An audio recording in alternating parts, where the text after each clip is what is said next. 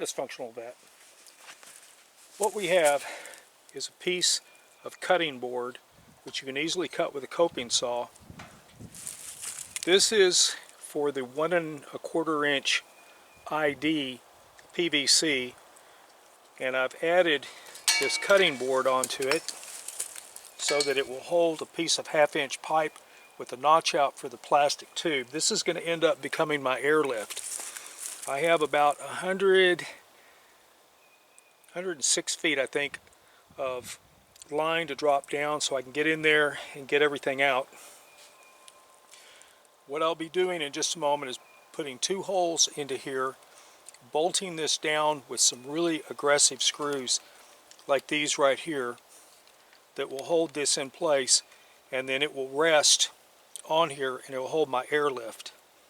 So I'm going to do that real quick, and then we're going to start assembling the airlift, and we're going to drop it down the hole and try to pump the well out and start developing it.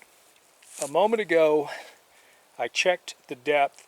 It came up 3 feet overnight in water, from ground to water. It came up 3 feet, and the bore down there has 2 feet of silt, and I'm going to try to airlift that out. I'm going to try to stir it up and get all that out. We'll see how that works.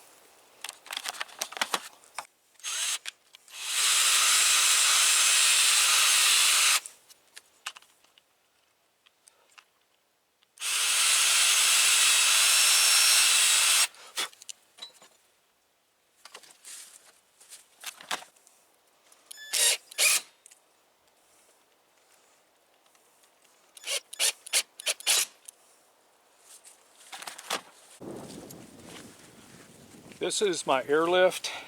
This is 1/2 inch PVC.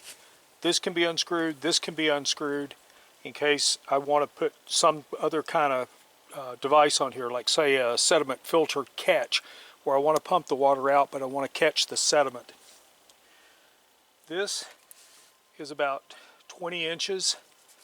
It has an air line, 1/4 inch, that comes in and feeds almost to the top of this.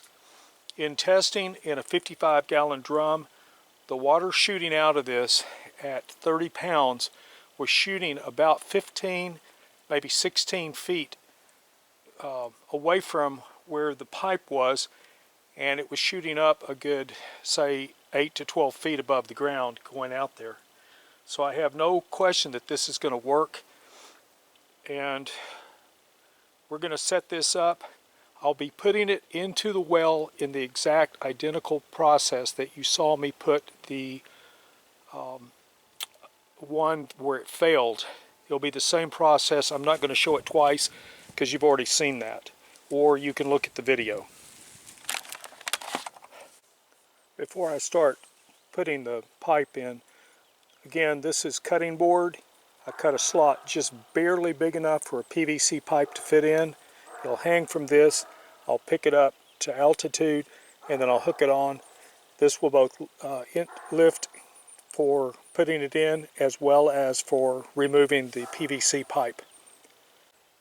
This is so you can see what it looks like when it's working.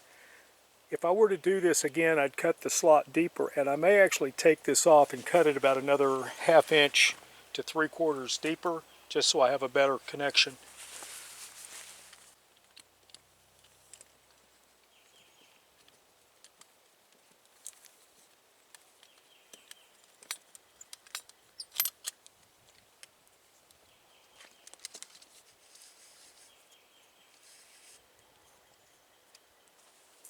Now we do it again. I have 9 10-foot sections plus the length of the airlift. So we're down to about 92 feet, maybe 93, 90. Can't be over 94 because the well's only 94 feet, 7 inches. What we're about to do is we're about to turn on the air. Air will be going through the black tubing, and then the water will be lifting up through this and going into my mud pit. I've got the sump pump. Let's see if I can see the sump pump. Well, the sump pump is somewhere over there. In fact, that's it right there. I've got the sump pump set up. If the tank fills with water, then I can pump that off, and we won't be getting all the mud and crud and everything out in the walk area, which is directly behind me, away from that mud pit. So the next thing to do is to show you the air setup and then turn it on and let you see the results. And when I do turn it on, it will be in real time. The compressor is set up here. The pressure is regulated down to 50 pounds. I have a blue tank over here, which the line will plug into, and I'll show you how I hook all that good stuff up. All right, this line right here that's in my hand goes to the tank. It goes through this valve, so it's either on or off, into this 1/4 to 1/8 inch reducer. The 1/8 inch then cuts down from a 1/8 inch to a 1/4 inch with my tubing on it.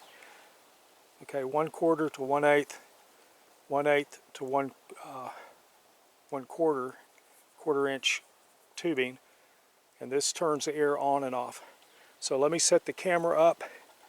We'll turn it on and we will clip in to real time once I turn the air on.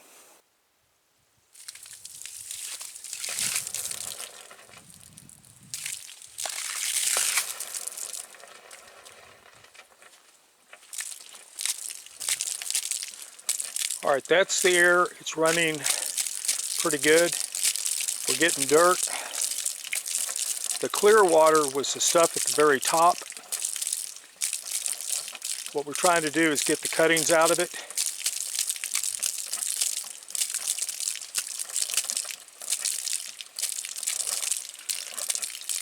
It is 8 minutes to 2 o'clock. So let's see what happens.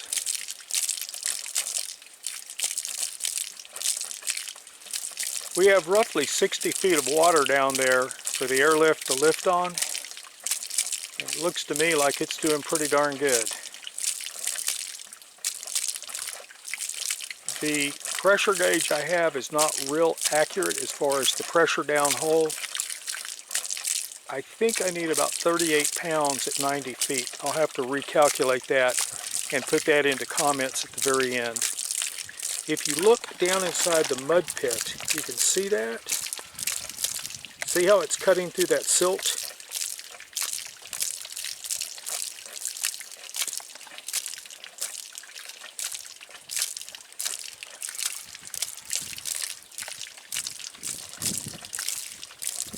So we're going to turn this off and let it run for about 10 minutes, and then come back and check on it.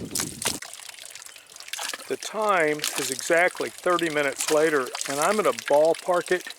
I'm going to say that's about 30 to 35 gallons that it's pumped out. The compressor and the tank is almost out of air. I shut it off. I want the thing to recharge. The water was beginning to be fairly clean. As you can see, it's now got a chocolate complexion to it, which means that perhaps I'm getting the well screen to start bringing in more water, which is what the well screen is supposed to do. But this is why you develop a well. You want to get all the junk out of it so that you have clean water. Let me look at this. Let me show you the samples real quick. We'll take a quick analysis, and then we'll shut down for about 40 minutes and let this thing recharge, and we'll start it up again. We'll see what kind of GPM we're getting. As you can see, we're practically out of air because it is no longer really pumping anymore. I hope that you can see it, but I'm not sure that you can. I took a sample as soon as the water stopped looking chocolate, and in the 10 to 15 minutes it's been here, I've got about a 1/4 inch of reasonably clear water. It's cloudy, but it's reasonably clear. And then down below this level to the bottom, it's extremely clouded. I took a sample not that long ago when the water was real clean, before it looks like it is now. From here down, which is slightly greater distance than this, not much, but just, less than 1/8 of an inch maybe, the water is clear, and then it becomes cloudy again. We're going to let this settle down and see what we have, but I'm thinking that my gravel pack is beginning to catch the debris but yet give me the water that I need. And I just need to give the bore a chance to move water into my casing before we do any more testing. But we're getting there. I mean, it's a pretty nice little sample we got. The settling tank is full of water. It's got approximately 1 yard of water in it, ballpark. It's beginning to pump again, and as you can see, the water's going to really look fairly clean. This is my air going in. It's going in at 50 pounds, and it is just barely bleeding in. I mean, hardly anything at all. Got our casing going down, and right now it's all encased in bentonite until I can get around and putting in the pitless adapter, which will be sometime, but I'm not sure when. First thing I got to do is I've got to make sure that this thing is working right. Now, you can hear it.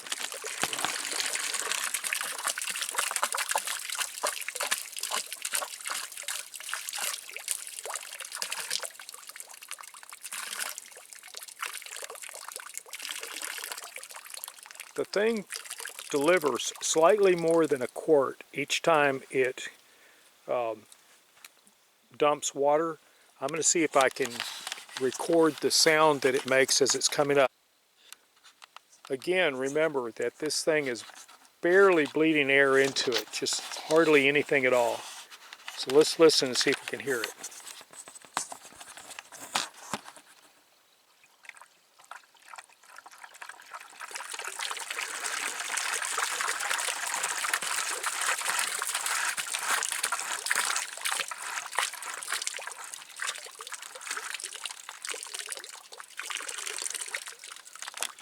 The bubbling sound you're hearing is the air that's bubbling out of it and working its way out. And again, as I said, it's dumping about a quart per time. This is going to be the second time today since basically 1:40 that I'm going to be dumping a square yard of water out. I've done this once. This will be the second time. And then I'm going to put an extension tube on this piece of PVC and drain the water out. I'm going to let it run until about 10 o'clock tonight. And I'll go into a lot of detail on a white paper, which I will film and record in just a few moments. Dysfunctional vat out.